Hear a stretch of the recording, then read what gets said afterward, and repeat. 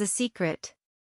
For 25 years, she's been a successful executive at a multinational corporation, earning $55,000 every month, nearly $660,000 a year.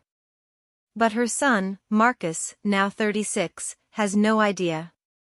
To him, she's simply a tired office worker who comes home exhausted, cooks from whatever's in the fridge, and gets by on a modest income. Catherine has never corrected this assumption. She lives in the same understated apartment, buys clothes at discount stores, drives an old car, and saves everything she earns. True wealth, she believes, doesn't need to be advertised. But when Marcus invites her to dinner to meet his wife Victoria's parents, wealthy investors visiting from overseas, something in his nervous tone tells Catherine everything she needs to know. They're coming to judge her. And she suspects they've already decided she's not good enough. So Catherine makes a decision. If they want to see a poor, desperate mother, she'll give them exactly that. She'll dress in her worst clothes, carry a faded canvas bag, and play the role of a woman barely surviving. She wants to see their true colors. She wants to know how they really treat people they consider beneath them. What unfolds that night at an exclusive restaurant is a master class in exposure. As Victoria's parents, sophisticated, name-dropping, money-obsessed, systematically humiliate Catherine with backhanded compliments and thinly veiled insults, she watches them reveal themselves completely. They offer her money to disappear from Marcus's life. They mock her clothes, her job, her simple existence. They measure everything, and everyone, by their bank account. But when Catherine finally reveals the truth, that she earns more than they do, that she's a senior executive overseeing thousands of employees and millions in budgets, that she's been watching them the entire time, the tables turn in a way none of them expect. The courage to be authentic in a world obsessed with appearances, the cost of hidden wealth, and why some people choose not to show off family dynamics, and what happens when people's true nature is revealed, the difference between money and character, between appearance and substance, the power of speaking truth, even when it's uncomfortable, real wealth, what it means to have peace, integrity, and freedom. By the end of the night, Victoria's parents aren't just humiliated, they're forced to confront who they really are. And Catherine discovers something even more valuable, that sometimes the most powerful thing you can do is simply tell the truth and let people deal with it. I never told my son about my $55,000 monthly salary, even though he always saw me living a simple life. One day, he invited me to dinner with his wife's parents, who were visiting from abroad. I decided to see how they would treat a poor person by pretending to be broke and naive. But the moment I stepped through the door of that restaurant, everything changed. What happened that night devastated Victoria's family in a way they never imagined. And trust me, they deserved it. Let me explain how I got here. Let me tell you who I really am. Because my son Marcus, at 36 years old, never knew the truth about his mother. To him, I was always just the woman who left early for the office, came back tired in the evenings, who coped with whatever was in the fridge. Just another employee, maybe a secretary, someone ordinary, nothing special. And I never corrected him. I never told him that I earned $55,000 every month. That I had been a senior executive at a multinational corporation for almost 25 years, signing million-dollar contracts and making decisions that affected thousands of people. Why tell him?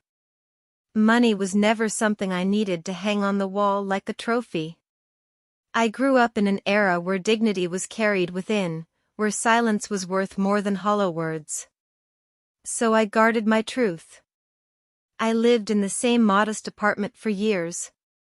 I used the same leather handbag until it was worn out. I bought clothes at discount chains, cooked at home, saved everything, invested everything, and became rich in silence. Because true power doesn't shout. True power observes. And I was observing closely when Marcus called me that Tuesday afternoon. His voice sounded different, nervous, like when he was a kid and had done something wrong. "Mom, I need to ask you a favor," he said. "Victoria's parents are visiting from overseas. It's their first time here. They want to meet you. We're having dinner on Saturday at a restaurant. Please come." Something in his tone made me uncomfortable. It wasn't the voice of a son inviting his mother. It was the voice of someone asking me not to embarrass him, to fit in, to make a good impression. "Do they know anything about me?" I asked calmly. There was a silence. Then Marcus stammered, "I told them you work in an office, that you live alone, that you're simple, that you don't have much." There it was. The word simple. As if my entire life could be contained in that miserable adjective. As if I were a problem he needed to apologize for. I took a deep breath. "Okay, Marcus. I'll be there." I hung up and looked around my living room. Old but comfortable furniture. Walls without expensive artwork. A small TV. Nothing that would impress anyone.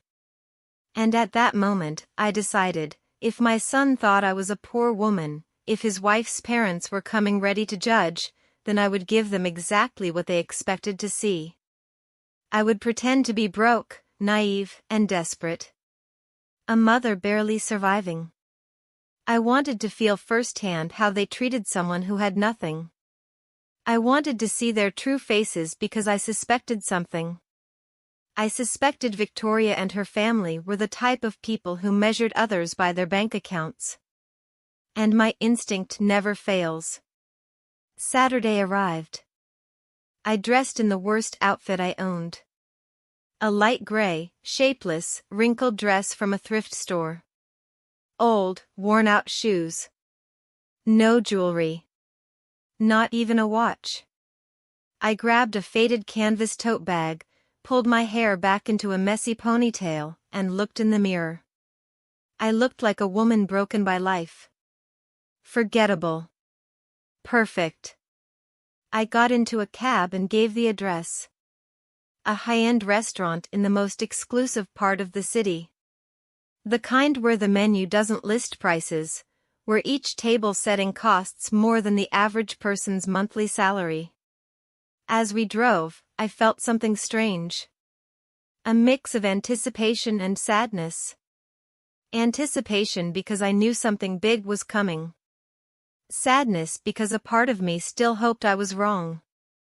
I hoped they would treat me well, that they would be kind, that they would look past the old clothes. But the other part, the one that had worked 25 years among corporate sharks, that part knew exactly what was waiting for me. The cab stopped in front of the restaurant. Warm lights. A doorman in white gloves. Elegant people entering. I paid, stepped out, took a deep breath, and crossed the threshold. And there they were. Marcus was standing next to a long table near the windows. He wore a dark suit, a white shirt, and shiny shoes. He looked anxious. Beside him was Victoria, my daughter-in-law. She wore a tailored cream dress with gold accents, high heels, her perfectly straight hair falling over her shoulders. She looked impeccable as always, but she wasn't looking at me. She was looking toward the entrance with a tense, almost embarrassed expression. And then I saw them. Victoria's parents, already seated at the table, waiting like royalty on their thrones. The mother, Veronica, wore a fitted emerald green dress full of sequins, jewels on her neck, wrists, and fingers. Her dark hair was pulled back in an elegant bun. She had that cold, calculated type of beauty that intimidates. Beside her was Franklin, her husband. An immaculate gray suit. A giant watch on his wrist. A serious expression. Both looked like they had stepped out of a luxury magazine. I walked toward them slowly, with short steps, as if I were afraid. Marcus saw me first and his face changed. His eyes widened. He looked me up and down. I noticed him swallow. "Mom, you said you'd come," he said, his voice uncomfortable. "Of course, son. Here I am." I smiled timidly, the smile of a woman unaccustomed to such places. Veronica looked up and studied me. In that instant, I saw everything. The judgment. The disdain. The disappointment. Her eyes scanned my wrinkled dress, my old shoes, my canvas tote. She didn't say anything at first, just extended a hand. "Cold. Quick. Weak. A pleasure," she said. Franklin did the same. A weak handshake. A false smile. I sat down in the chair at the end of the table, the one furthest from them, as if I were a second-class guest. No one helped me pull out my chair. No one asked if I was comfortable. The waiter arrived with elegant, heavy menus written in French. I opened mine and pretended not to understand anything. Veronica watched me. "Do you need help with the menu?" she asked with a smile that didn't reach her eyes. "Yes, please." "I don't know what these words mean," I said. My voice came out small. Timid. She sighed and ordered for me. "Something simple," she said. "Something that doesn't cost too much. We don't want to overdo it." The phrase hung in the air. Franklin nodded. Marcus looked away. Victoria played with her napkin. No one said anything. And I just watched.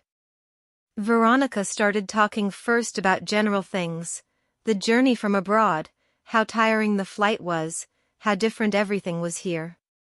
Then she subtly began to talk about money. She mentioned the hotel where they were staying. $1,200 a night, she said casually. She mentioned the luxury car they had rented. Obviously, she laughed. She mentioned the stores they had visited. We bought a few things. Nothing major, just a few thousand. She spoke, looking at me, expecting a reaction. Expecting me to be impressed. I just nodded. "How nice," I said. "That's lovely," she continued. "You know, Catherine, we've always been very careful with money. We worked hard. We invested well. Now we have properties in 3 countries. Franklin has major businesses and I oversee our investments." She smiled a smile of superiority. "And you, what exactly do you do?" Her tone was sweet but venomous. "I work in an office," I replied, lowering my gaze. "I do a little bit of everything. Paperwork, filing, simple things." Veronica exchanged a look with Franklin. "Ah, I see. Administrative work. That's fine. It's honest. All jobs are dignified, right?" "Of course," I replied. The food arrived. Enormous plates with tiny portions, all decorated like art. Veronica cut her steak with precision. "This costs $85, she said. "But it's worth it. Quality is worth paying for. One can't just eat anything, right?" I nodded. "Of course. You're right." Marcus tried to change the subject, talking about work and some projects. Veronica interrupted him. "Son, does your mother live alone?" Marcus nodded. "Yes, she has a small apartment." Veronica looked at me with feigned pity. "It must be difficult, isn't it? Living alone at your age without much support? And does your salary cover everything?" I felt the trap closing. I barely manage, I replied. I save where I can. I don't need much. Veronica sighed dramatically. Oh, Catherine, you are so brave. Truly, I admire women who struggle alone. Although, of course, one always wishes to give our children more, to give them a better life. But oh well, everyone gives what they can. There was the subtle but deadly blow. She was telling me I hadn't been enough for my son. That I hadn't given him what he deserved. That I was a poor, insufficient mother. I took a sip of water and smiled. You're right, I said. Everyone gives what they can. Veronica continued. We always made sure Victoria had the best. She went to the best schools, traveled the world, learned 4 languages. Now she has an excellent job, earns very well. And when she married Marcus, well, we helped them quite a bit. We gave them $50,000 for the down payment on the house. We paid for their honeymoon because that's just who we are. We believe in supporting our children. She looked at me intently. And you, were you able to help Marcus with anything when they got married? The question floated like a sharp knife. Not much, I replied. I gave them what I could. A small gift. Veronica smiled. How sweet. Every detail counts, right? The amount doesn't matter. The intention is what's important. And right then, I felt the rage begin to stir within me. But it wasn't explosive. It was cold. Controlled. Like a river under ice. I breathed slowly, kept the timid smile, and let Veronica keep talking because that's what people like her do. They talk. They inflate themselves. They show off. And the more they talk, the more they reveal themselves, the more they expose the emptiness inside. Veronica took a sip of her expensive red wine, swirling it in her hand as if she were an expert. This wine is from an exclusive region in France, she said. It costs $225 a bottle, but when you know quality, you don't skimp. Do you drink wine, Catherine? Only on special occasions, I replied. And usually the cheapest one. I don't understand much about these things. Veronica smiled condescendingly. Oh, don't worry. Not everyone has a trained palate. That comes with experience, with travel, with education. She gestured to Franklin. Franklin and I have visited vineyards in Europe, South America, and California. We are quite knowledgeable. Franklin nodded. It's a hobby. Something we enjoy. Victoria offered a weak smile. I'm learning, too. I have good taste. He looked at her with pride. She inherited it from us. Veronica turned to me. And you, Catherine, do you have any hobbies? Anything you enjoy doing in your free time? I shrugged. I watched television. Cook. Walk in the park. Simple things. Veronica and Franklin exchanged another look. Loaded with meaning. Silent judgment. How lovely, Veronica said. Simple things have their charm, too. Although, of course, one always aspires to more, right? To see the world, to experience new things, to grow culturally. But well, I understand not everyone has those opportunities. I nodded. You're right. Not everyone has those opportunities. The waiter arrived with dessert. Tiny portions of something that looked like edible art. Veronica ordered the most expensive one. $35 for a piece of cake, she announced proudly, with edible gold on top. See those little golden flakes? It's a detail only the best restaurants offer. I ate mine in silence. Veronica continued, her voice becoming more serious, almost maternal. You know, Catherine, I think it's important that we talk about something as a family now that we are all here. She looked up. Her expression changed. Marcus is our son-in-law, and we love him very much. Victoria loves him, and we respect that decision. But as parents, we always want the best for our daughter. Marcus is at another stage in his life. He is married. He has responsibilities. And well, Victoria and he deserve to have stability. I leaned forward slightly. Stability? I asked softly. Yes, Veronica replied. Financial and emotional stability. We have helped a lot, and we will continue to help.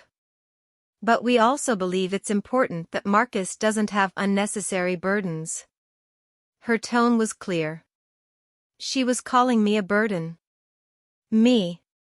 His mother. Victoria looked at her plate. Marcus had his jaw clenched. I understand, I said carefully. You want to help. Exactly, Veronica said. That's why we wanted to talk to you. Franklin and I have thought about something. She paused dramatically. We could help you financially. Give you a small monthly allowance. Something that allows you to live more comfortably without Marcus having to worry so much. Obviously, it would be modest. We can't work miracles, but it would be a support. I remained silent, watching her, waiting. She continued, and in exchange, we would only ask you to respect Marcus and Victoria's space. Not to seek them out so much. Not to pressure them. To give them the freedom to build their life together without interference. She smiled. How does that sound? There was the offer. The bribe disguised as charity. They wanted to buy me off. They wanted to pay me to disappear from my son's life so I wouldn't be a nuisance. So I wouldn't embarrass their precious daughter with my poverty. Marcus exploded. Mom, that's enough. You don't have to. Veronica interrupted him. Marcus, calm down. We're talking like adults.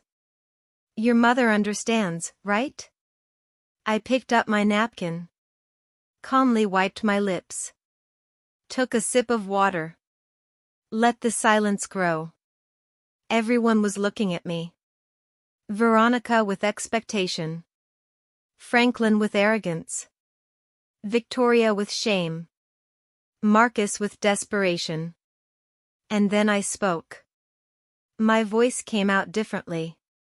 It was no longer timid. It was no longer small. It was firm. Clear. Cold. That's an interesting offer, Veronica. Truly very generous of you. Veronica smiled victoriously. I'm glad you see it that way. I nodded. But I have a few questions. Just to understand clearly. Veronica blinked. Of course. Ask whatever you like. I leaned forward. How much exactly would you consider a modest monthly allowance? Veronica hesitated. Well, we were thinking about $600, maybe $800 depending. I nodded. I see. $800 a month for me to disappear from my son's life. Veronica frowned. I wouldn't put it like that, but... That is exactly how you put it, I replied. She adjusted in her chair. Catherine, I don't want you to misunderstand. We just want to help. Of course, I said. Help. How did you help with the house down payment? How much was that? Veronica nodded proudly. $50,000. And the honeymoon? $18,000 for a 3-week trip through Europe. I nodded slowly. So you've invested about $68,000 in Marcus and Victoria. Veronica smiled. Well, when you love your children, you don't hold back. I looked at her directly. You're right. When you love your children, you don't hold back. But tell me something, Veronica. All that investment, all that money, did it buy you anything? Veronica blinked, confused. Like what? Did it buy you respect? I continued. Did it buy you real love, or did it just buy obedience? The atmosphere changed. Veronica stopped smiling. Excuse me? My tone became sharper. You've spent the entire night talking about money. About how much things cost. How much you spent. How much you have. But you haven't asked even once how I am. If I'm happy. If something hurts me. If I need company. You have only calculated my worth. And apparently, I'm worth $800 a month. Veronica paled. I didn't. Yes, you did, I interrupted. Since I arrived, you've been measuring my value with your wallet. And do you know what I discovered, Veronica? I discovered that the people who only talk about money are the ones who least understand their true value. Franklin intervened. I think you are misinterpreting my wife's intentions. I looked at him directly. And what are her intentions? To treat me with pity? To humiliate me throughout dinner? To offer me alms so I'd vanish? Franklin opened his mouth but said nothing. Marcus was pale. Mom, please, he said. I looked at him. Not yet, son. I'm not finished yet. I placed the napkin on the table. I leaned back in my chair. There was no more timidity in my posture. No more shrinking. I looked Veronica directly in the eyes. She held my gaze for a second, then quickly looked away, uncomfortable. Something had changed, and she felt it. Everyone felt it. Veronica, you said something very interesting a moment ago. You said you admire women who struggle alone. Who are brave. Veronica nodded slowly. Yes. I did. Then let me ask you something, I continued. Have you ever struggled alone? Have you ever worked without your husband backing you? Have you ever built something with your own two hands, without your family's money? Veronica stammered. I have my own achievements. Like what? I asked with genuine curiosity. Tell me. Specifically. Veronica adjusted her hair. I manage our investments. I oversee properties. I make important decisions in our businesses. I nodded. Businesses your husband built. Properties you bought together. Investments made with the money he generated.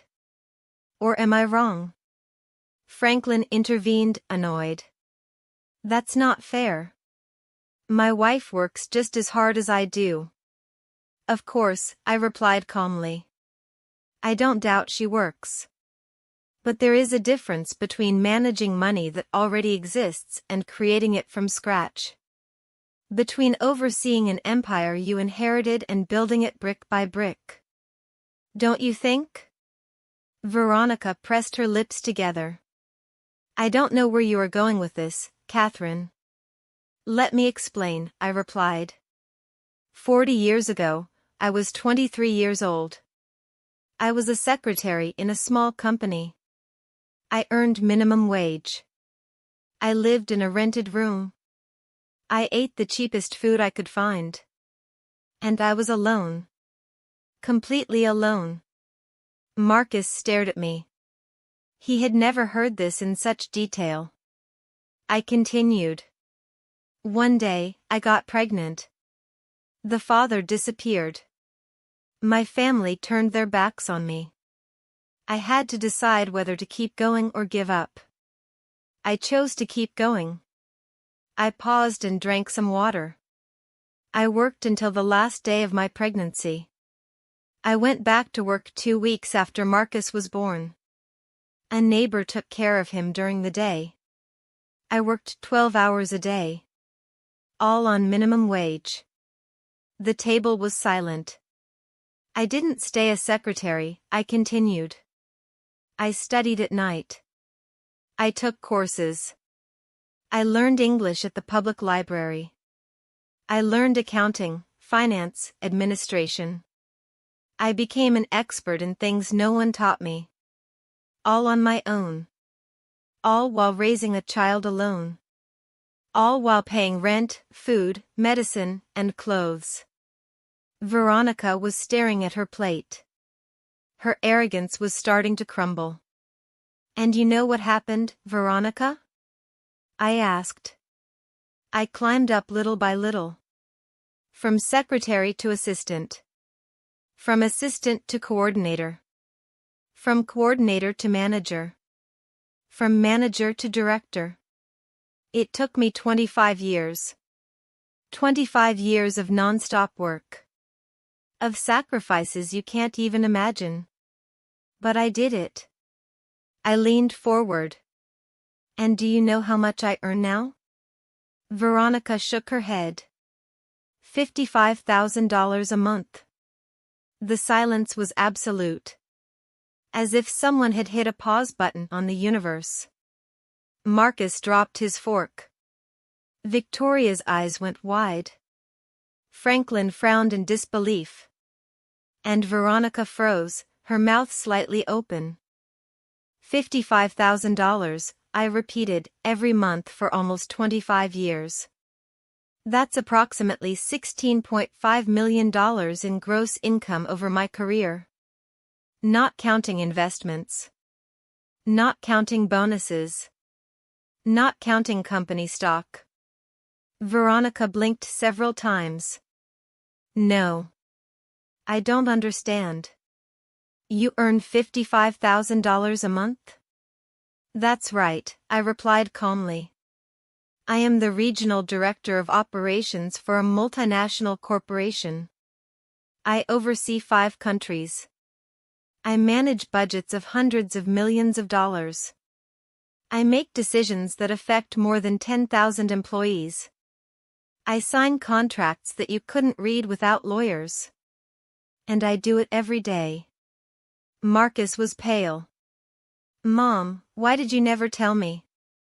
I looked at him tenderly. Because you didn't need to know, son. Because I wanted you to grow up valuing effort, not money. Because I wanted you to become a person, not an heir. Because money corrupts, and I wasn't going to let it corrupt you. But then Victoria whispered, why do you live in that small apartment? Why do you wear simple clothes? Why don't you drive a luxury car? I smiled. Because I don't need to impress anyone. Because true wealth isn't shown off. Because I learned that the more you have, the less you need to prove it. I looked at Veronica. That's why I came dressed like this tonight. That's why I pretended to be poor.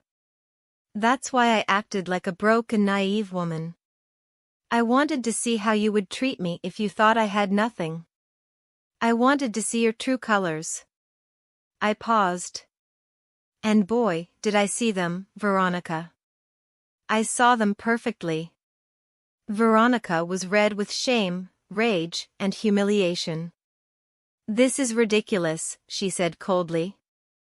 If you earned so much money, we would know. Marcus would know. Why would he believe you are poor? Because I let him, I replied.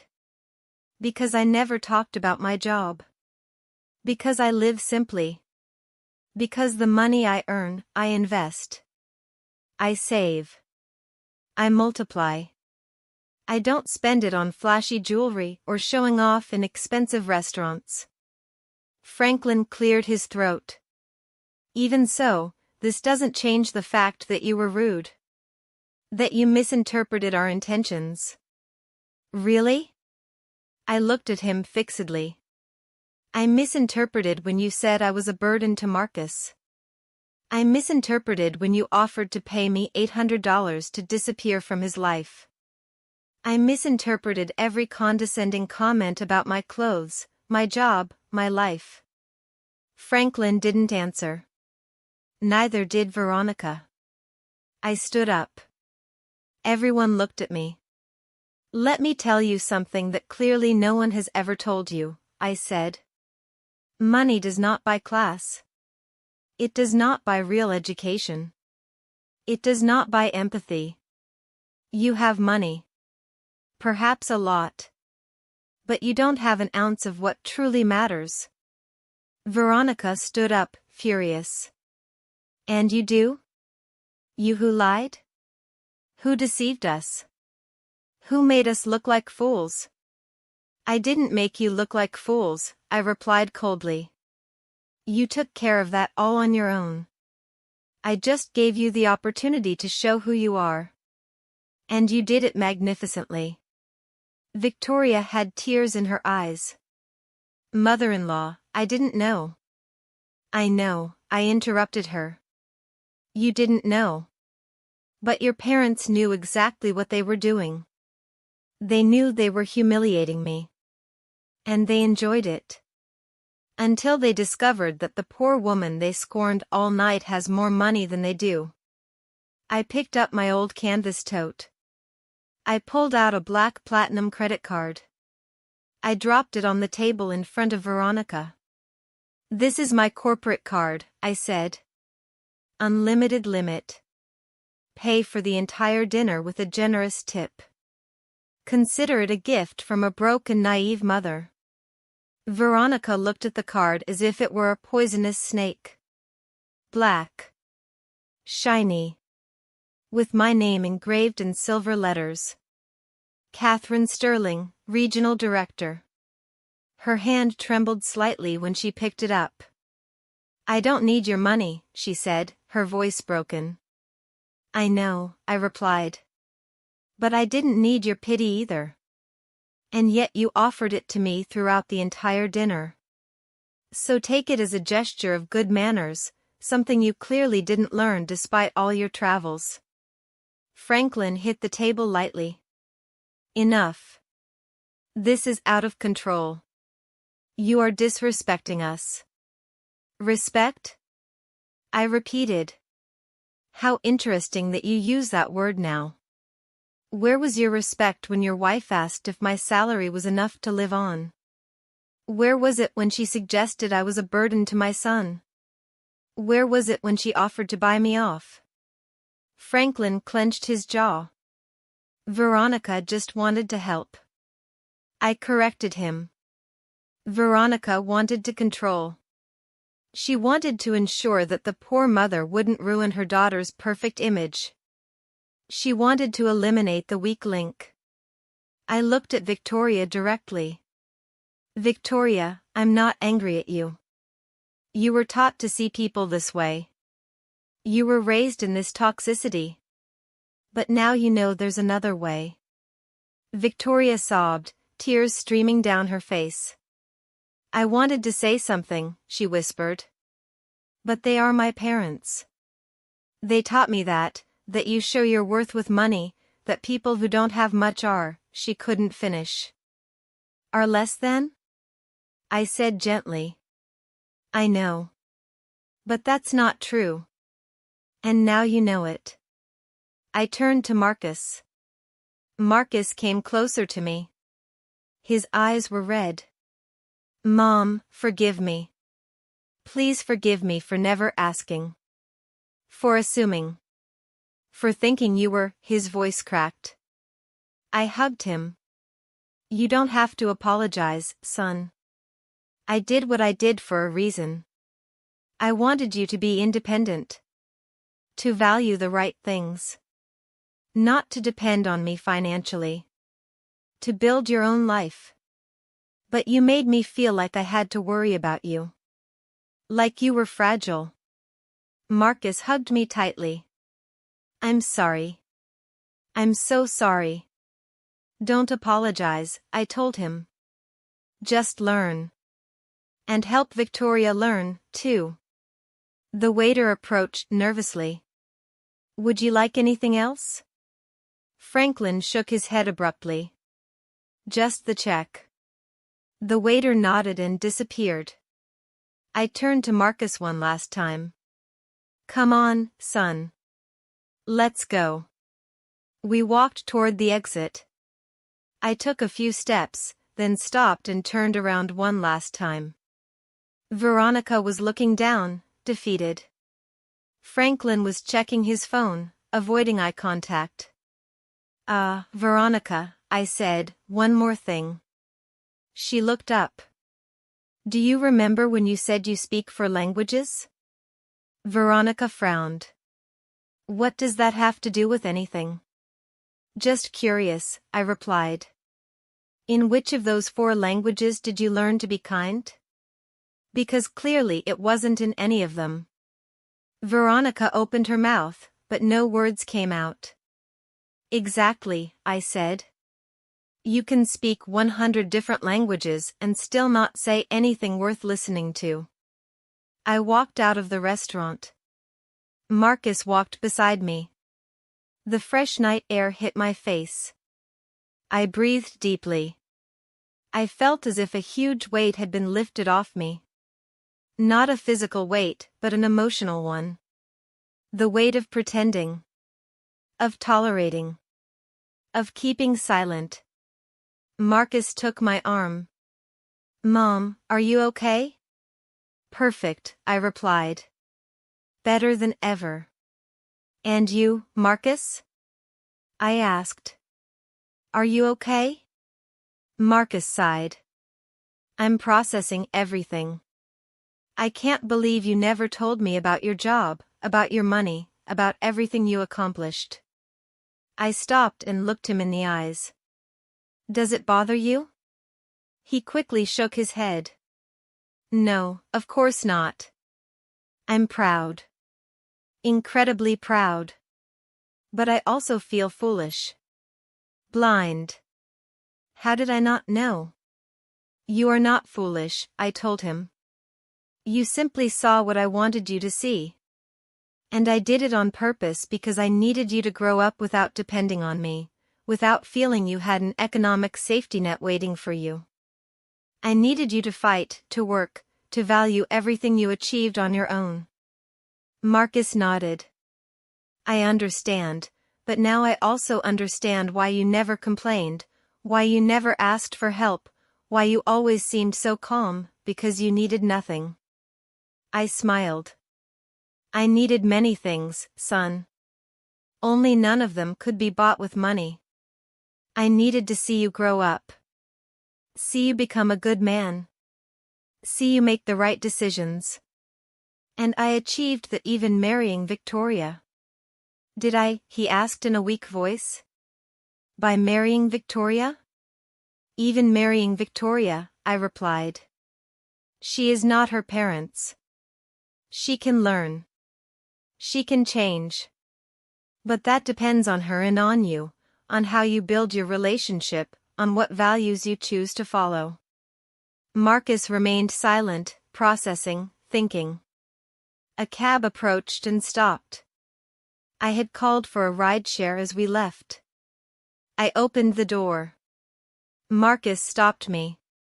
Mom, can I ask you something? Of course.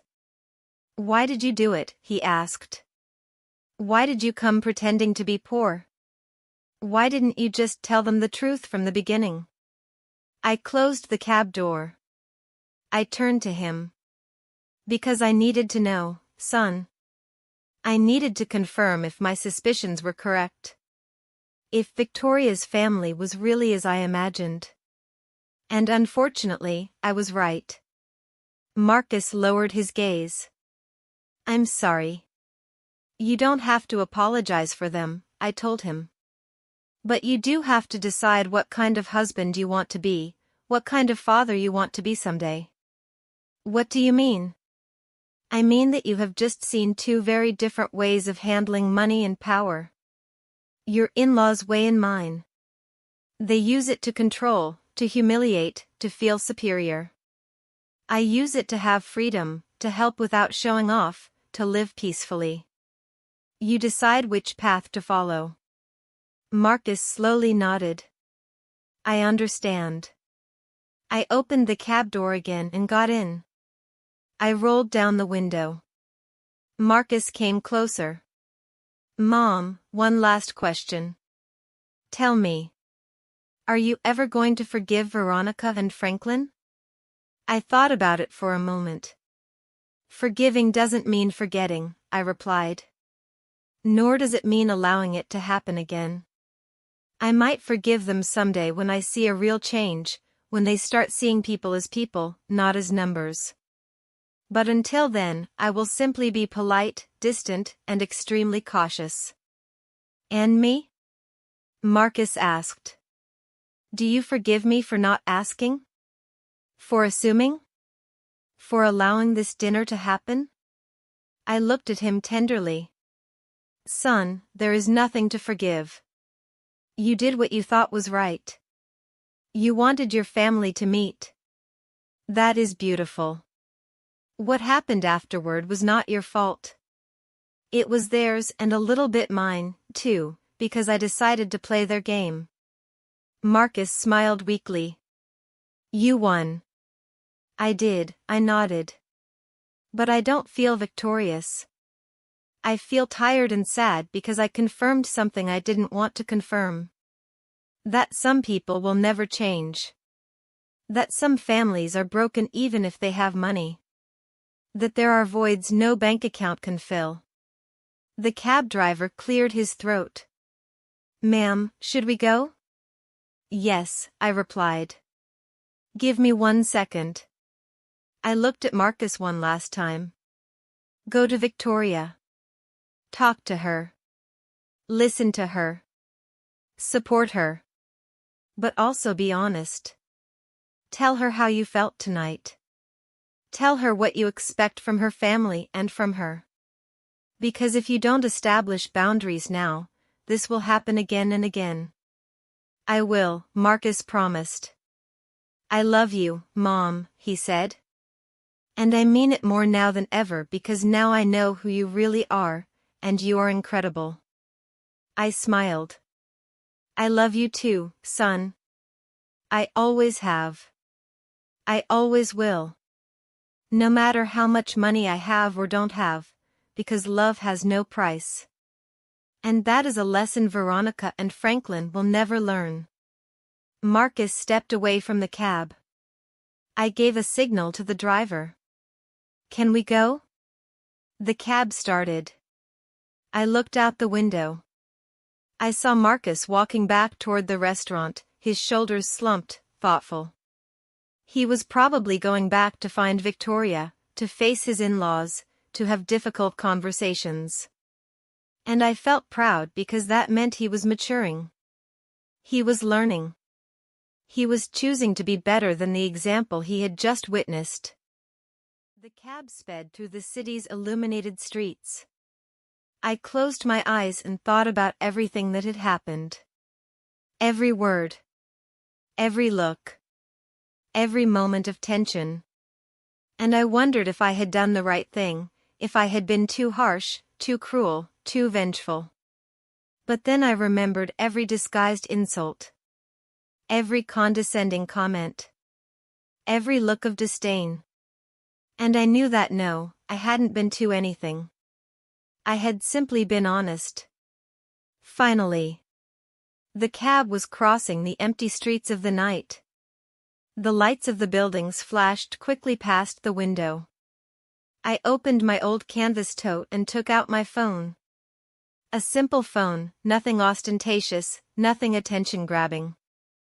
I had 3 unread messages. One from my assistant asking about a Monday meeting, another from a colleague congratulating me on a closed contract, and one from an unknown number. I opened the unknown message.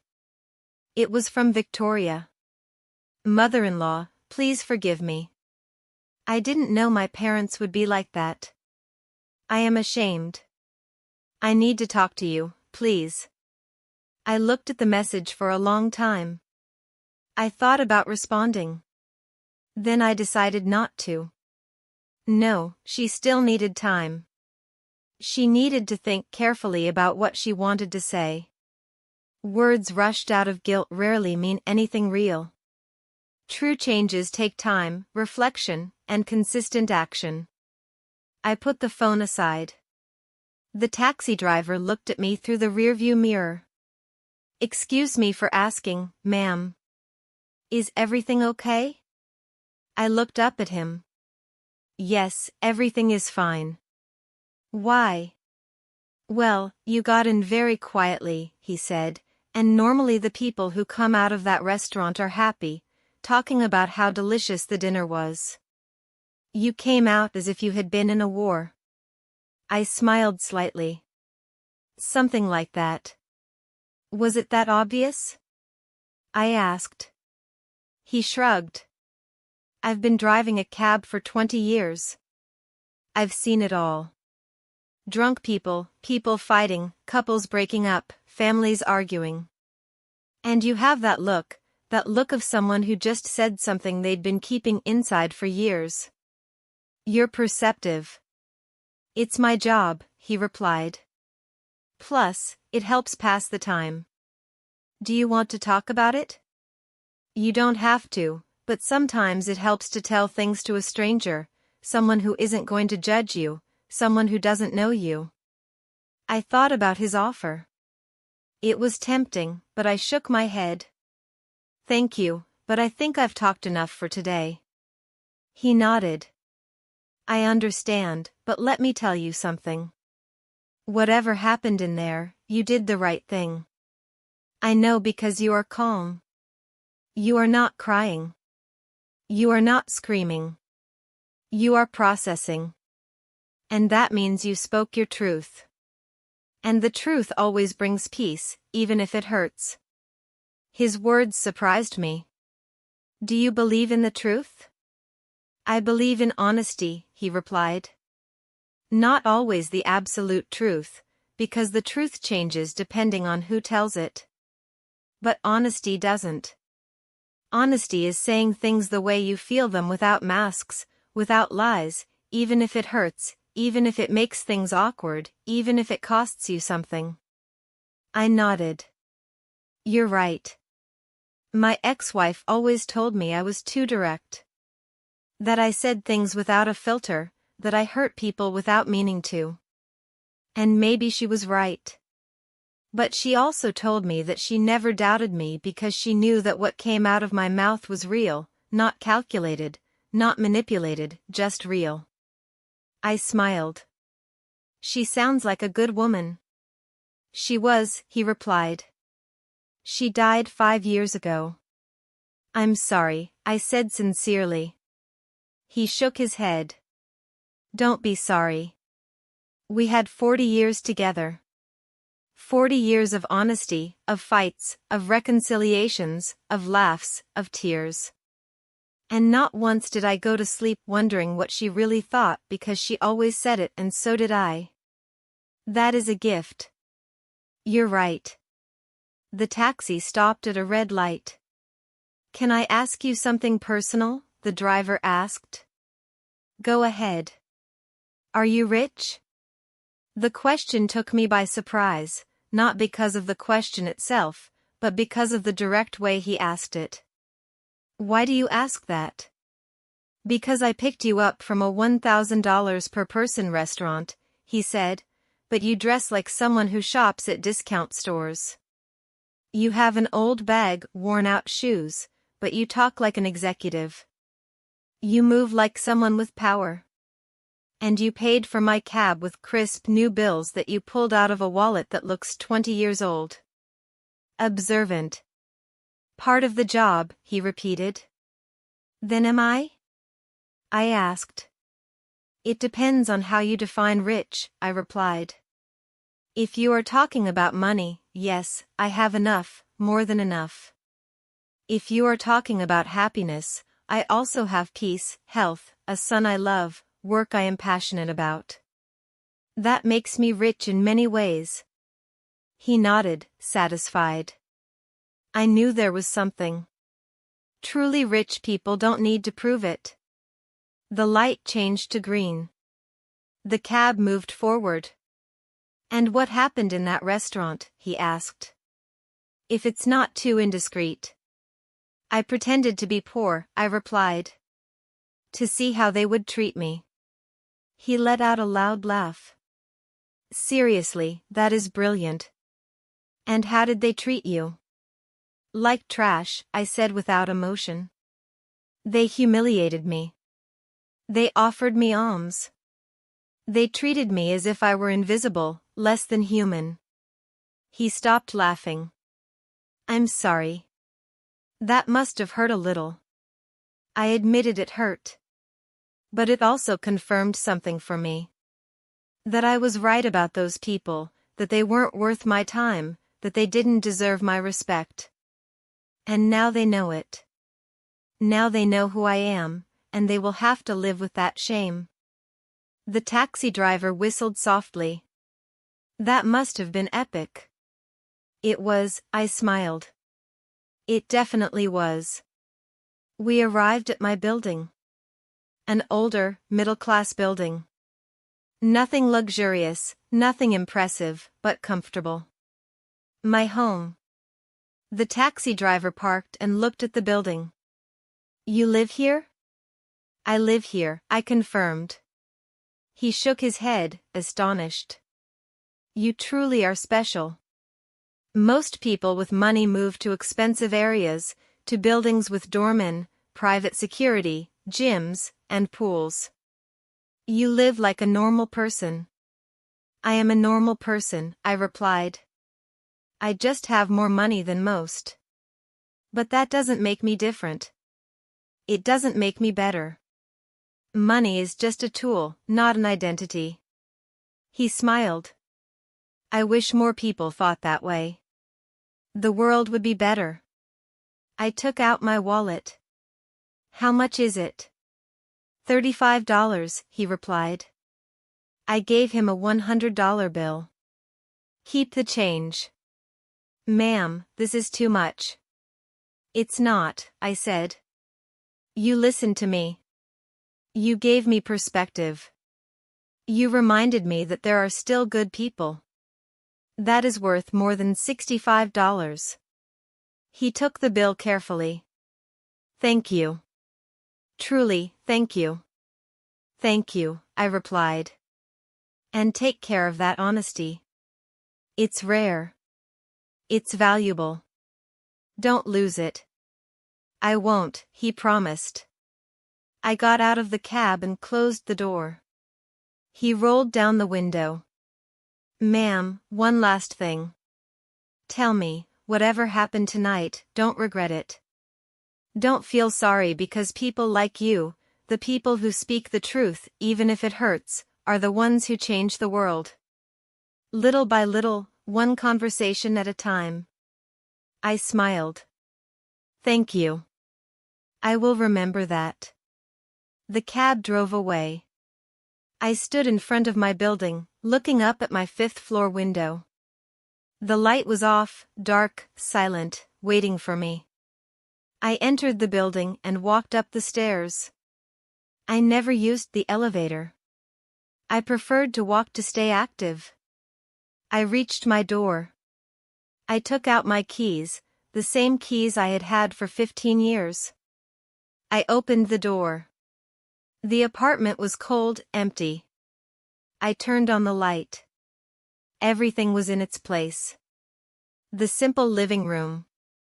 The small kitchen. The dining room with mismatched chairs. The walls without expensive artwork. And I felt at peace because this place was mine. Truly mine. Not bought to impress, not decorated to show off, simply a space where I could be myself without masks, without pretensions. I took off my old shoes, took off the wrinkled gray dress, and put on comfortable clothes, old, soft, familiar pajamas. I made myself some tea, sat on the sofa, and turned on the television. News. Nothing interesting. I turned it off. I sat in silence, thinking, processing, feeling. And for the first time in many years, I felt completely free. Free from pretending. Free from being silent. Free from tolerating. Free from being less than I was. Because that night, I didn't just expose Veronica and Franklin. I also liberated myself from expectations, from judgment, from the need to hide who I was. And that was invaluable, more than any amount in my bank account. My phone vibrated. Another message, this time from Marcus. "Mom, did you get home safely?" I smiled. I quickly replied, "Yes, son. I arrived perfectly fine. I'm home resting." His reply was immediate. "I love you. Thank you for everything, for being who you are, for teaching me, for never giving up."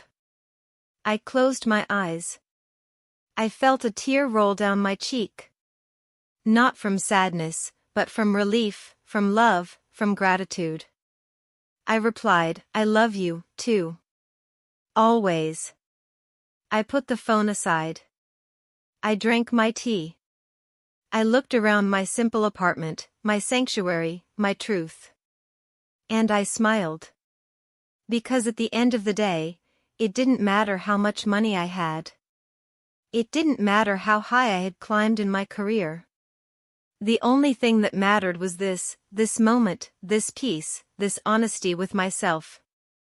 I woke up early on Sunday, as always. 40 years of working had trained me to rise with the sun. Even though it was my day off, my body no longer knew how to sleep late.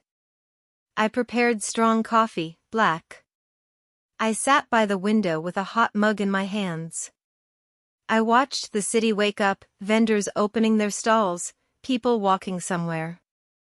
Life continued as always, indifferent to personal dramas. My phone started ringing.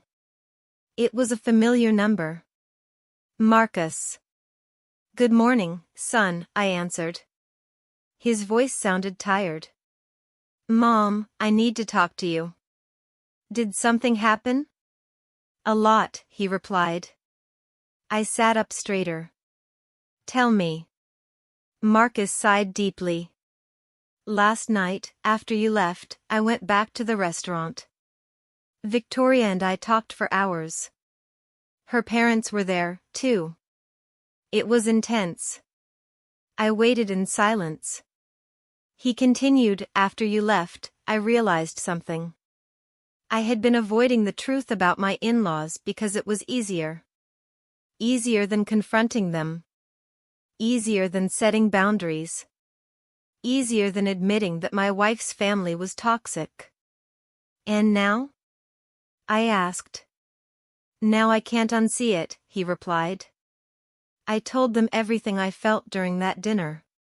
I told them I was ashamed of them, that they treated my mother like trash, that their behavior was unacceptable, that I wouldn't tolerate it ever again. I squeezed the mug in my hands. And what did they say? "At first, Veronica tried to defend herself," Marcus said. "She said they just wanted to protect Victoria, that they wanted to make sure I had a stable family, that they didn't have bad intentions. Franklin said I was exaggerating, that it had been a normal dinner, that your reaction was disproportionate." I let out a dry laugh. Typical. But then Victoria spoke, Marcus continued, his voice becoming stronger. "She told her parents that they were wrong, that they had been cruel, that she had seen every comment, every look, every disguised insult, and that she was ashamed to be their daughter at that moment." I felt something shift inside me. "That's good, son. That means she's waking up." "Mom, I had never seen Victoria confront her parents like that," Marcus said. "She was shaking, but she didn't back down. She said what needed to be said." "And her parents?" "Veronica got hysterical," Marcus replied. She started yelling that Victoria was ungrateful, that they had sacrificed everything for her, that they had given her the best life, that she had no right to judge them. Franklin backed her up. He said we were being manipulated by you, that you had planned everything to make them look bad. I let out a laugh. Of course. It's my fault. That's what made them angriest, Marcus said. I told them they were right, that you did plan everything, but that they fell into the trap because that's really how they are. Because they really treat people they consider inferior badly. That you just gave them the opportunity to show themselves and they did it perfectly. Well said, I murmured. Thanks. I learned it from you, he replied. There was a silence. Then Marcus continued, Mom, I need you to know something. Last night, I made a decision. Victoria and I are going to set boundaries with her parents. We are not going to cut off the relationship, but we are going to set clear rules. No comments about money. No comparisons. No attempts to control our lives. And if they can't respect that, then they will have to accept the consequences. And did they accept? I asked. No, he replied. They left furious. They said we were ungrateful, that we would regret it someday, that when we needed help, they wouldn't be there. Franklin said he was going to reconsider his will. Veronica said Victoria had chosen the wrong family. I shook my head. Emotional blackmail. The last resort of people without arguments. Exactly, Marcus said. But it didn't work. Veronica stood firm. I did, too. They left the restaurant without saying goodbye, without looking back. And honestly, Mom, I felt relief, as if a huge weight had been lifted off me. That's because it was, I told him. You lifted the weight of living under their expectations, under their control. Now you can build your life however you want, not as they dictate. Thank you, Mom, Marcus said, his voice emotional. Thank you for doing what you did last night. I know it was difficult. I know it was awkward, but we needed to see it. I needed to see who they really were. And Victoria needed to see that there was another way to live, a more honest, more authentic way. You're welcome, son. I only did what I believed was right. There is something else, Marcus said. Victoria wants to come see you. She wants to apologize in person. She wants to talk to you. Not as a daughter-in-law trying to look good, but as a woman trying to learn. What do you think? He asked. I thought for a moment. Tell her she can come, but not today. Give her a few days to process, to think carefully about what she wants to say. Rushed apologies are hollow. The ones that take time are real. I'll tell her, Marcus promised. Mom, one more question. How are you doing after all of this? How do you feel? I looked out the window.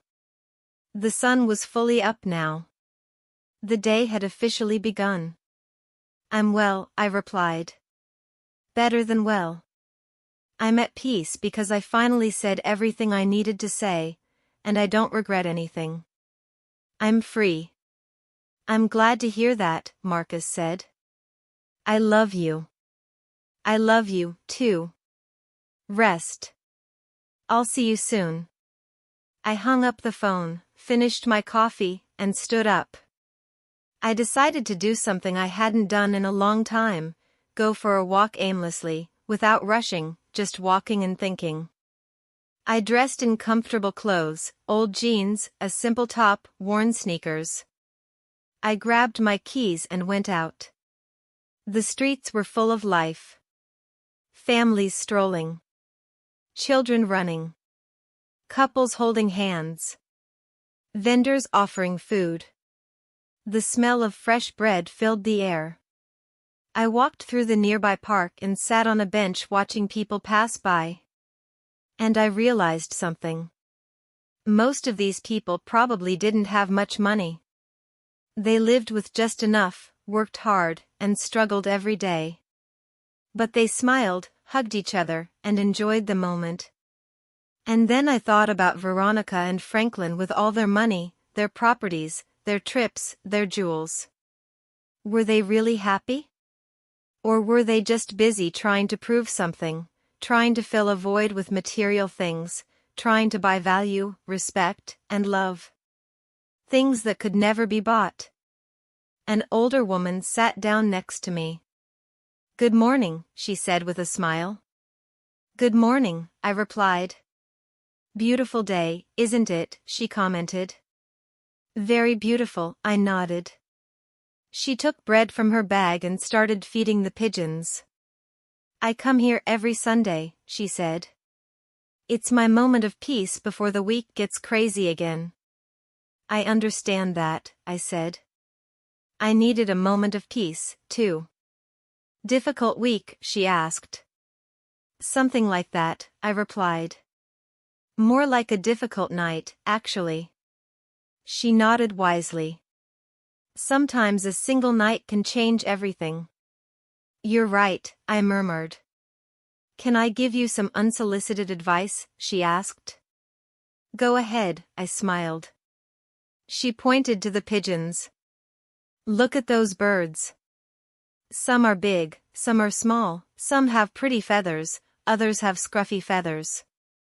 But they all eat from the same bread. They all share the same space. None of them thinks they are better than the others." "That's a nice metaphor." "It's not a metaphor," she replied. "It's the truth. Humans are the only animals that invent false hierarchies, that measure value with external things. Pigeons don't do that. They just live. They just are. We should learn from them." I smiled broadly. "You are completely right. I should give classes to some people I know." She laughed. "Oh child, at my age I don't give classes. I just observe and share what I see. But most people don't listen. They are too busy running, buying, competing, forgetting that in the end we all end up in the same place. With or without money. With or without jewels. With or without properties. We all end up turning into dust." "How philosophical," I commented. "How realistic," she corrected. "I have lived 82 years. I have seen it all. And I can tell you something. The most miserable people I met were the ones who had the most because it was never enough. They always wanted more. They always competed. They always compared. And they died without having truly lived, without having truly loved, without having truly been." Her words resonated deep within me, as if she had touched something I already knew but hadn't articulated. "Thank you," I told her, "for sharing that." She patted my hand. "You're welcome, child. And remember, it doesn't matter how much you have or don't have. What matters is how you treat others, because that is what remains. That is what transcends. That is the only inheritance worth having." She slowly stood up, put her empty bag away, and waved goodbye. "Have a beautiful Sunday." "You, too," I replied. I watched her walk away. A small woman, hunched with age, wearing old clothes and worn shoes, but with more wisdom than all the Veronicas and Franklins in the world combined. And I felt grateful. Grateful for that encounter, for that reminder, for that truth, powerful and simple. I stayed on the bench for a while longer, thinking, feeling, processing everything that had happened. And I came to a conclusion. I didn't regret anything. No word, no action. Because everything I did last night was necessary. It was liberating. It was honest. And honesty, even when it hurts, is always the right path. 3 days passed before Victoria knocked on my door.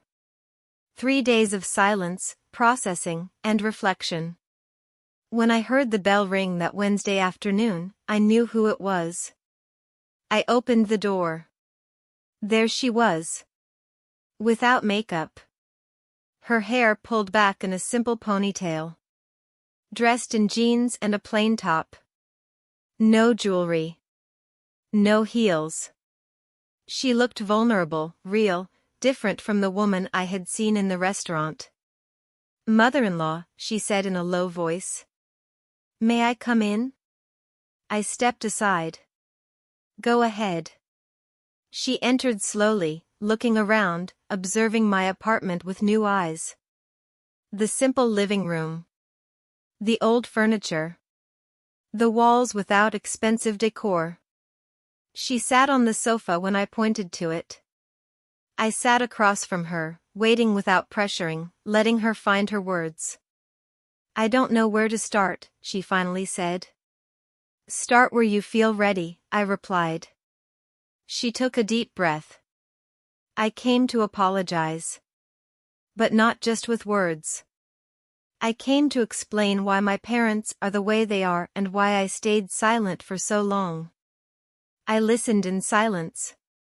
Victoria continued, her voice trembling. "My parents grew up poor overseas, in a small town, without electricity, without running water. They worked in the fields since they were children. They saw their own parents die young due to lack of medicine, lack of money. They went hungry.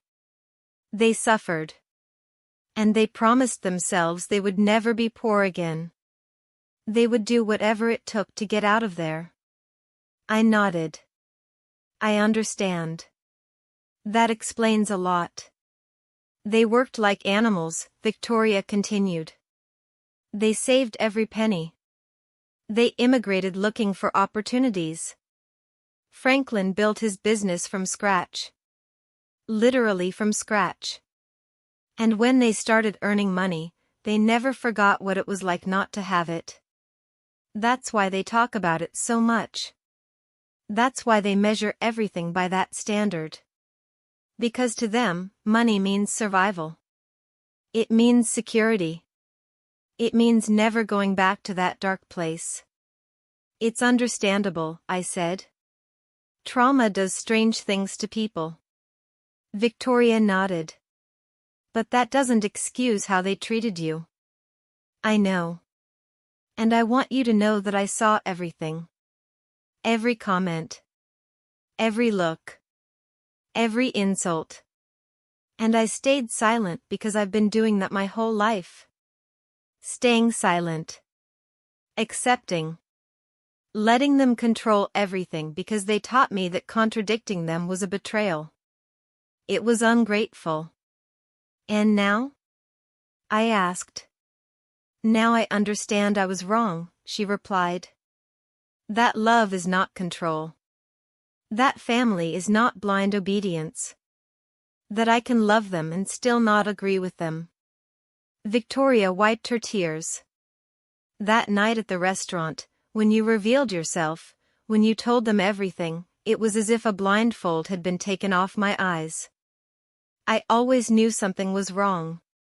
I always felt that the way they measured people was incorrect, but I convinced myself that it was me, that I was too sensitive, that I didn't understand the world. But you showed me that no, there is another way to live. A way where money does not define your worth. Where humility is strength. Where authenticity is wealth." I took a sip of water.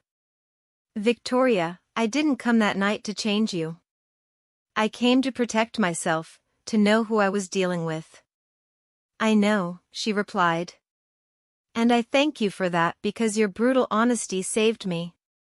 It saved me from becoming my mother, from perpetuating that cycle, from teaching my future children that people are valued by what they have. I don't want that. I don't want to be that." "And your parents?" I asked. "How are they after all this?" Victoria sighed. Furious. Hurt. Humiliated. Veronica hasn't spoken to me in 3 days. Franklin sent me a message saying I had disappointed him. That I had chosen strangers over my own blood. That I would regret it someday. She paused. And you know what's strange? I don't feel bad. I feel free. That's good, I said. It means you made the right decision. Victoria nodded. Marcus and I set boundaries.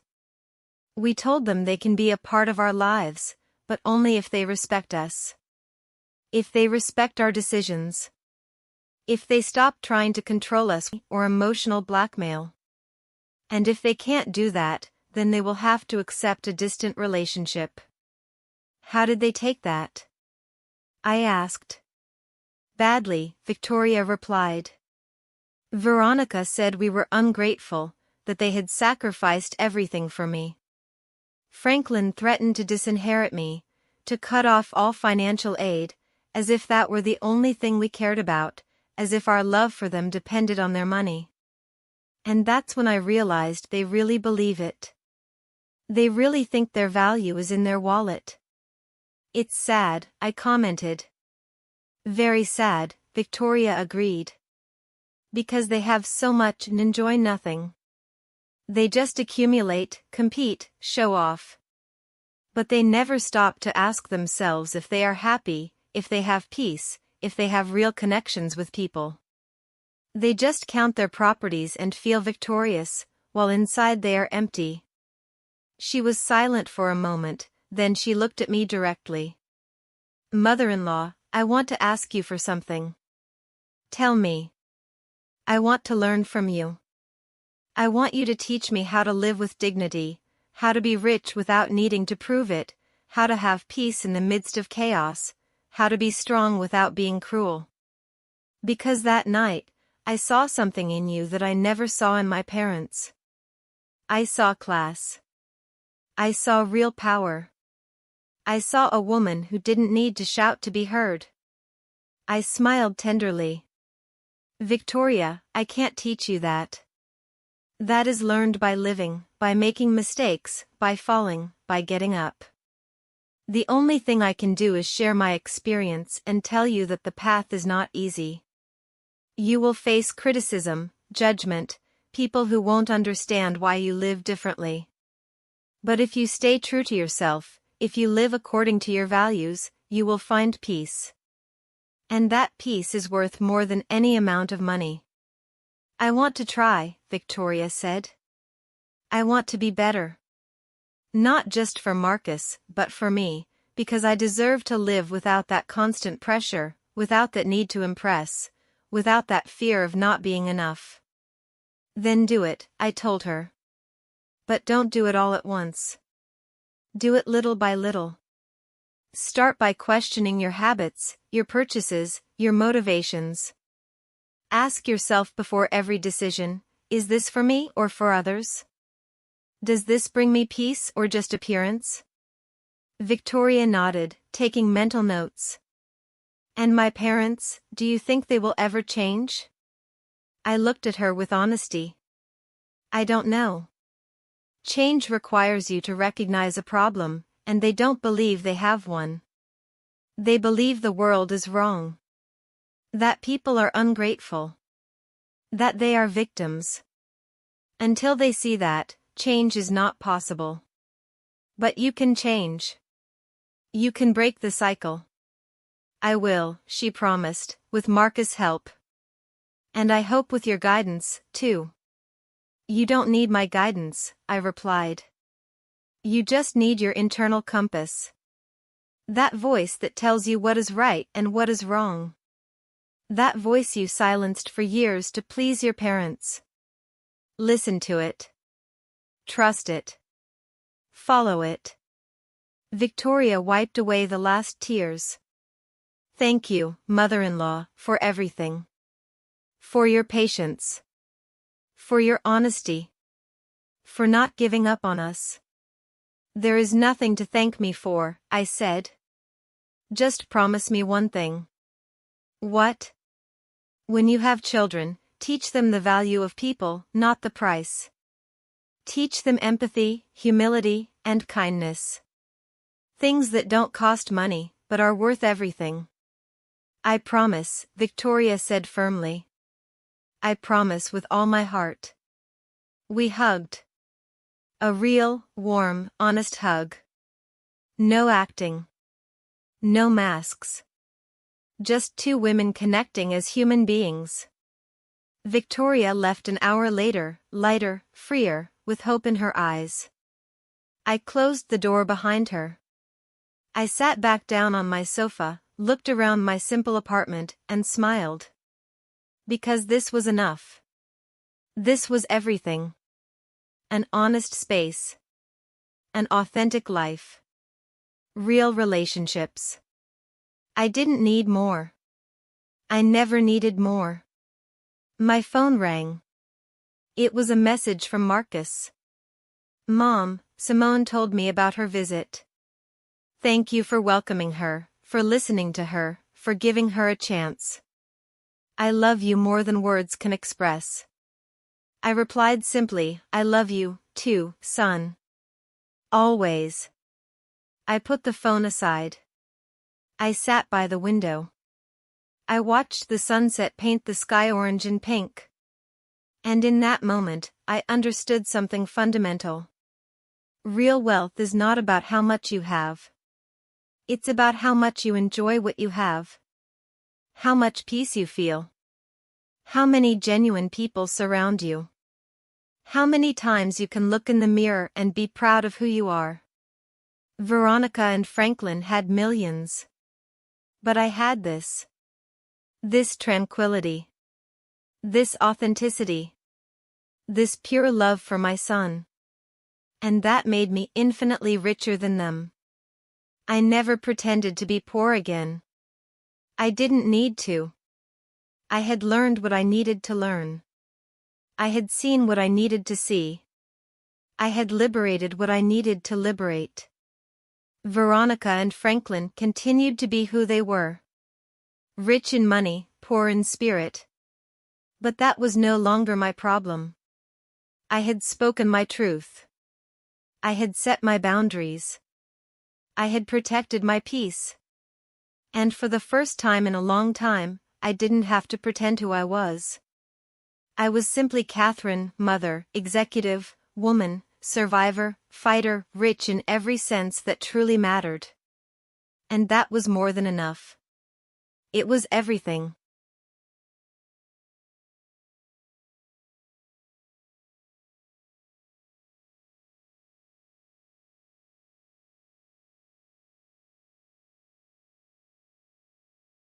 Catherine Sterling has a secret. For 25 years, she's been a successful executive at a multinational corporation, earning $55,000 every month, nearly $660,000 a year. But her son, Marcus, now 36, has no idea. To him, she's simply a tired office worker who comes home exhausted, cooks from whatever's in the fridge, and gets